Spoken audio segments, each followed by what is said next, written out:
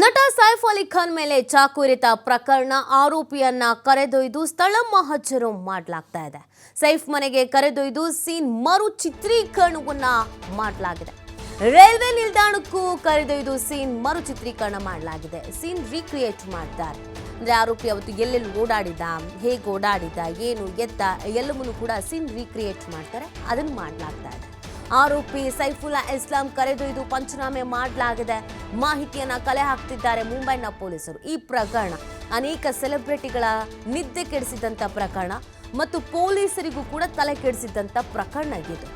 ಆರೋಪಿ ಯಾರು, ಯಾಕೆ ಬಂದ, ಯಾಕೆ ಈ ಥರ ಮಾಡ್ದ, ಆತನ ಹಿನ್ನೆಲೆ ಏನು, ಎಲ್ಲಿ ಹೋದ, ಏನು ಎತ್ತ ಎಲ್ಲವೂ ಕೂಡ ಪ್ರಶ್ನೆ ಆಗಿತ್ತು. ಆದರೆ ಆತನನ್ನು ಹಿಡಿಯುವಲ್ಲಿ ಪೊಲೀಸರು ಸಕ್ಸಸ್ ಆಗಿದ್ದಾರೆ. ಇದೀಗ ಸೀನ್ ರೀಕ್ರಿಯೇಟ್ ಮಾಡಲಾಗ್ತಿದೆ, ಪಂಚನಾಮೆ ಮಾಡಲಾಗ್ತಾ ಇದೆ.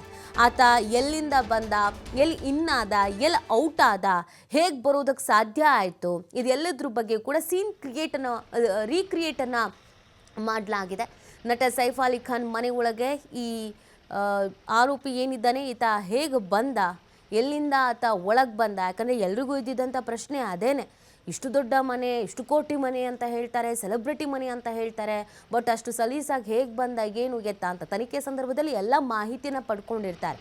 ಆತ ಯಾರು, ಆತನ ಹಿನ್ನೆಲೆ ಏನು ಎತ್ತ ಎಲ್ಲವೂ ಕೂಡ. ಅದರ ಜೊತೆಗೆ ಇದೀಗ ಇದೊಂದು ನಾರ್ಮಲ್ ಆದಂಥ ಪ್ರಕ್ರಿಯೆ. ಯಾವುದೇ ಈ ರೀತಿಯಾದಂಥ ದರೋಡೆ ಆಗಿರ್ಬೋದು, ಬೇರೆ ಬೇರೆ ಪ್ರಕರಣಗಳಿಗೆ ಸಂಬಂಧಪಟ್ಟಂತೆಗೆ ಸೀನ್ ರೀಕ್ರಿಯೇಟ್ ಮಾಡ್ತಾರೆ. ಪಂಚನಾಮೆ ಮಾಡೋದು ಬಹಳ ಮುಖ್ಯ ಆಗುತ್ತೆ. ಸೊ ಆ ಕೆಲಸವನ್ನು ಈಗ ಮಾಡಲಾಗ್ತಾ ಇದೆ. ಮುಂಬೈನ ಪೊಲೀಸರು ಈ ಕೆಲಸವನ್ನು ಮಾಡ್ತಾ ಇದ್ದಾರೆ.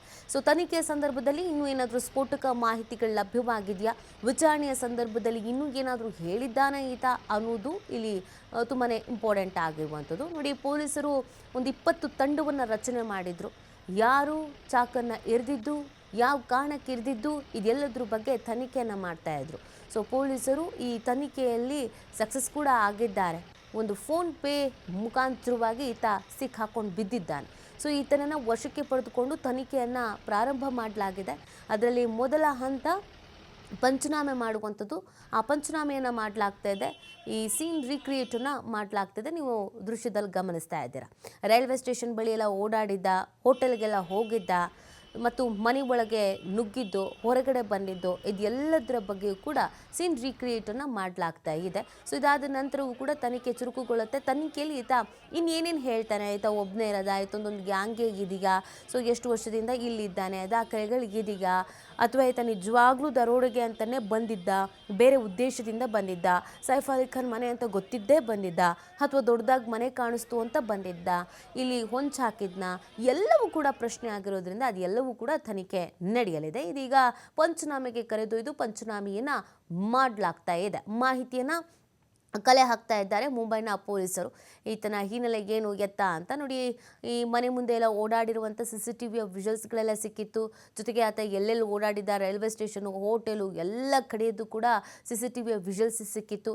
ಈ ವಿಜುವಲ್ಸ್ನ ಆಧಾರದ ಮೇಲೆಯೇ ಪೊಲೀಸರು ತನಿಖೆಯನ್ನು ಮಾಡಿದ್ದು. ಒಂದು ಹೋಟೆಲ್ನಲ್ಲಿ ಪರೋಟ ತಿಂದು ಆತ ದುಡ್ಡನ್ನು ಟ್ರಾನ್ಸ್ಫರ್ ಮಾಡಿದ್ದಾನೆ. ಸೊ ನಾವೀಗ ಫೋನ್ಪೇ, ಗೂಗಲ್ ಪೇ ಅಂತ ಮಾಡ್ತೀವಿ ಅಂತ ಅಂದರೆ ಅದರ ನಂಬರ್ ನಾವು ಯಾರಿಗೆ ಫೋನ್ಪೇ, ಗೂಗಲ್ ಪೇ ಮಾಡಿರ್ತಾರೋ ಅವರಿಗೂ ಕೂಡ ರೀಚ್ ಆಗಿರುತ್ತೆ. ಸೊ ಆ ನಂಬರ್ ಟ್ರೇಸ್ ಮಾಡಿ ಈತನನ್ನು ವಶಕ್ಕೆ ಪಡ್ಕೊಂಡಿರುವಂಥದ್ದು. ಇದೀಗ ಪಂಚನಾಮೆಯನ್ನು ಮಾಡಲಾಗ್ತಾ ಇದೆ. ಸ್ಥಳ ಮಹಜರನ್ನು ಮಾಡುವಂಥದ್ದು. ಈತ ಹೇಗೆ ಬಂದ, ಎಲ್ಲಿಂದ ಒಳಗೆ ಹೋದ, ಏನು ಎತ್ತ ಇದೆಲ್ಲದ್ರ ಬಗ್ಗೆಯೂ ಕೂಡ ತನಿಖೆಯ ಸಂದರ್ಭದಲ್ಲಿ ಗೊತ್ತಾಗಲಿದೆ.